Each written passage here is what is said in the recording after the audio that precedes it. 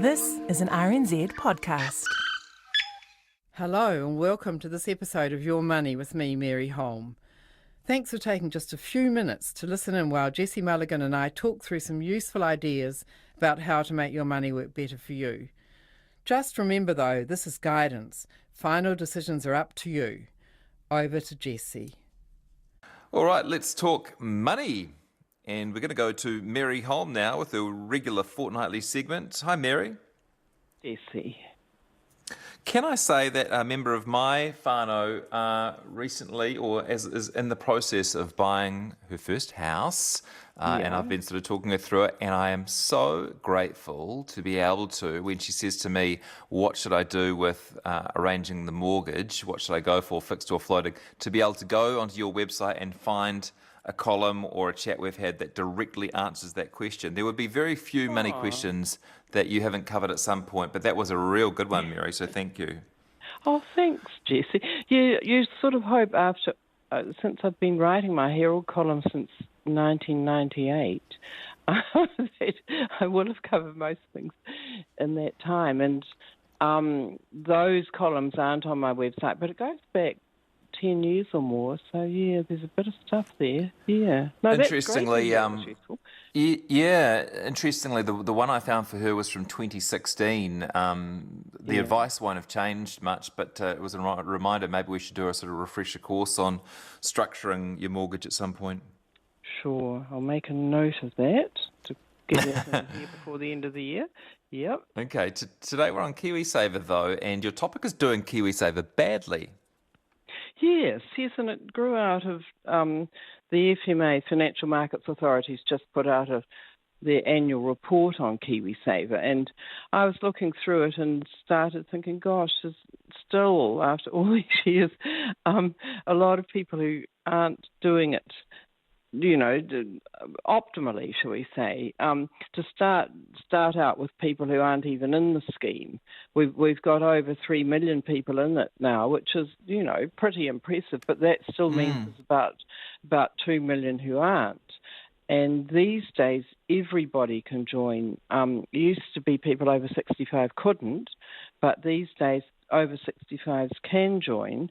And I'll talk in a minute about how they might best use KiwiSaver, but the point is that everyone might as well be in there. The under 18s, it's a bit more debatable. In fact, have you got that question a listener sent in today? I think a question about getting the grandkids. I don't. No, look, I can just. Oh, yeah. I'm happy to read that one out to you if I can find it here. Give me a second. Sure. Yes, KiwiSaver for kids. Please could you ask Mary if it's correct that the government don't pay the annual top-up to people under 18 years? We want to use KiwiSaver as an educational tool to teach our grandkids the benefits of compounding interest, and that top-up would prove a powerful incentive. Can Mary suggest an alternative? Asks Hillary. Yeah, well, Hillary, you're correct. You don't get any government incentives if you're under 18. At the beginning of KiwiSaver, there was $1,000 given to everybody of all ages when they signed up, but that's long since got lost in the mist, I'm afraid. But so there are there's no government money for under 18s, and there's no compulsory employer contributions, although if kids have part-time jobs as teenagers, some employers contribute anyway, but they don't have to. But, I think KiwiSaver is a good thing for kids in that, yes, these grandparents were saying they'd quite like to teach the kids about compounding interest, and you can do that in KiwiSaver. And it's also a good place for the young ones to just start thinking about saving for a first home, really. They don't want to think about retirement, but in their teens, some of them are starting to think about saving for a first home. The downside, of course, is that the money is not accessible for anything but a first home. And so if you were thinking you'd quite like the kids to save up perhaps for going to university or starting a business or something like that, then KiwiSaver is not the place for that money. But in general, I think it's a pretty neat idea to get the kids into KiwiSaver, and and be explaining to them what it's all about. But getting back to people in general, our 2 million people or so who are not in KiwiSaver, the basic point about it all is that because you're getting money coming in from the government and in many cases from an employer, your savings are going to grow quite a lot faster than they would in anything else, in any other savings scheme. If you're not an employee, which means you're including the self-employed or people at home looking after kids or, for whatever beneficiaries, then every dollar you put in is the government puts in 50 cents for every dollar you put in, up to 1,042 from you and 521 from the government. So that means your savings, if you're putting in 1,042 a year, which a lot of non-employees do, set that up to put in perhaps $87 a month, a good way to do it, then you're going to have 1.5 times as much savings in KiwiSaver as you would somewhere else. And for most employees, it's more like twice, because they get money from the government and from their employer. And that, on average, roughly sort of doubles the money that you've put in. So instead of retiring with $200,000, you retire with $400,000. Very powerful. Now, we're going to, if we're not careful, Jesse, get emails or texts from people in KiwiSaver who are in these total remuneration schemes where effectively they're employees who are effectively paying their own employer contributions. For those people, it isn't as good a deal, but nonetheless, you're still getting the $521 from the government. I wish we could get rid of that total remuneration. It's really annoying. I mean, at one point, governments did ban it, and then it came back in again, and I think it's a real pity. But still, even so, even if your company puts you under that sort of scheme, you still get free money from the government coming in.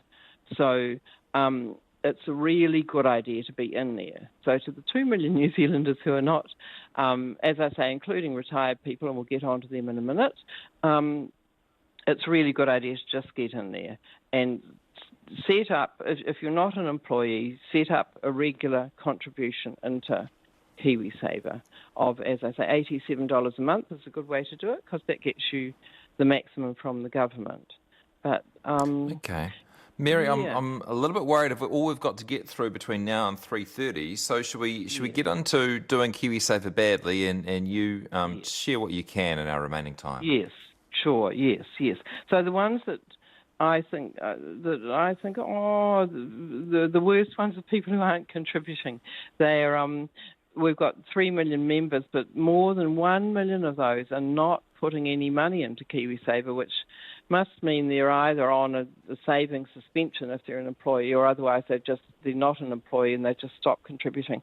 And that's a real pity. A lot of people, I think, have got out of KiwiSaver because they said they can't afford it, but get back in again if you possibly can. If you can't afford 3% of your pay, take a savings suspension and then just put in $20 a week, which will get you the government's money. So just a real pity for all those people to be missing out on getting their savings boosted by the government, and in many cases their employer. Then we've got people who are switching too often. So in the KiwiSaver annual report, apparently switches are up 57% on 2 years ago. I'm talking about switching from one fund to another within your provider, or switching from one you know what's going on there. Well, it was last year. This didn't cover the COVID panic. The COVID panic last year was even worse.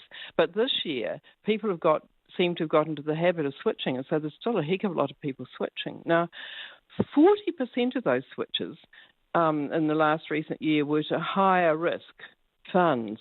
And generally speaking, I'd say those are probably good switches. People have thought about it, realised that perhaps after they've bought their house, they can take a bit more risk because they won't be taking money out until retirement, or they've learnt more about KiwiSaver and they realise that they can afford to be in a higher risk fund. If you move into a higher risk fund, you must promise yourself not to move down when the markets wobble around.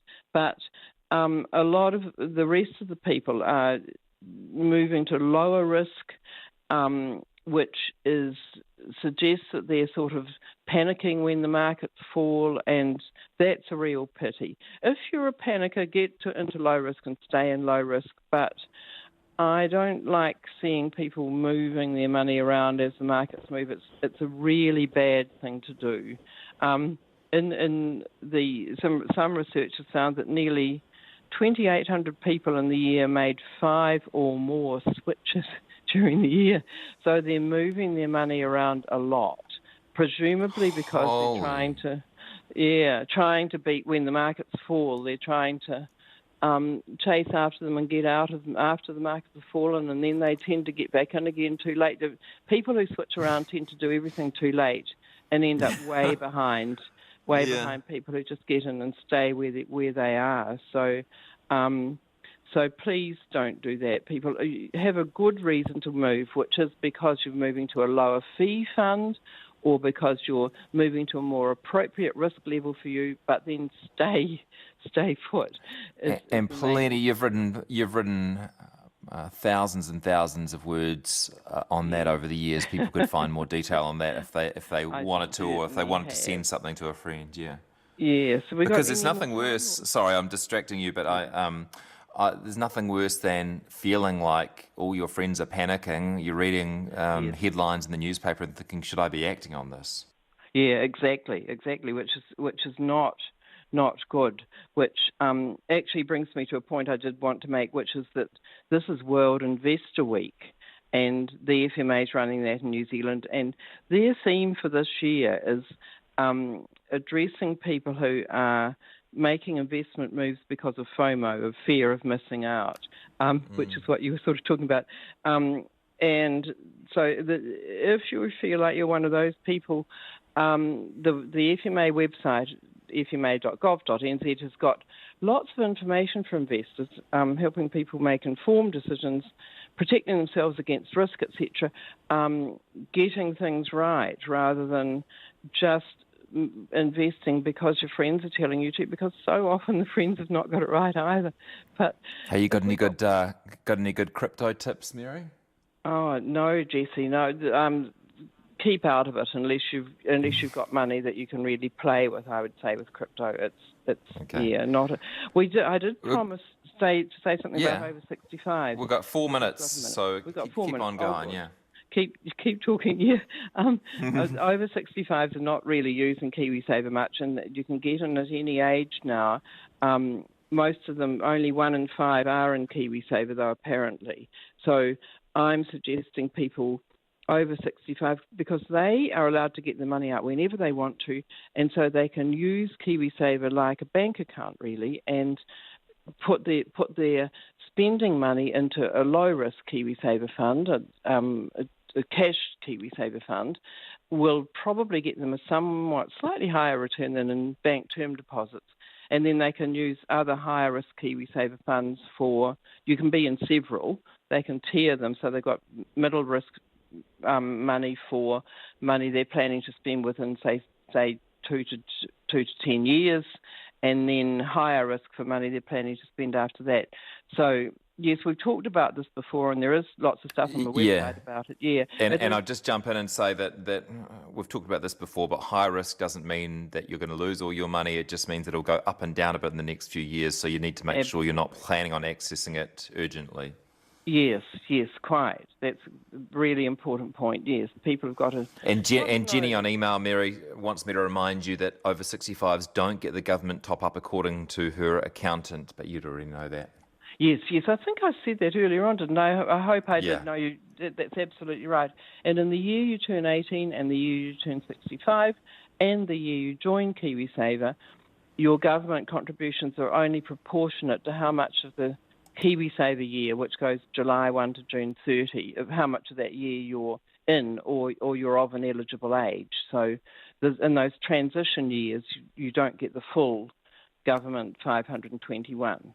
But after that, you do, unless you're over 65, at which point after that you don't. But yeah. So the other thing that I just wanted to mention quickly was providers, KiwiSaver providers doing it badly. They're not reducing their fees as much as they should be, according to the FMA.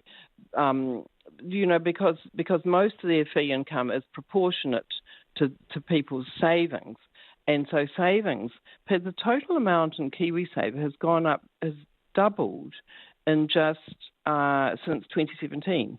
Total amount of money in KiwiSaver doubled in just 4 years, partly because people have kept contributing, but largely because the markets have done so well over that period, the New Zealand and international share markets. But that has tended to mean if a KiwiSaver provider doesn't do anything about it, that their income doubles and their work doesn't double.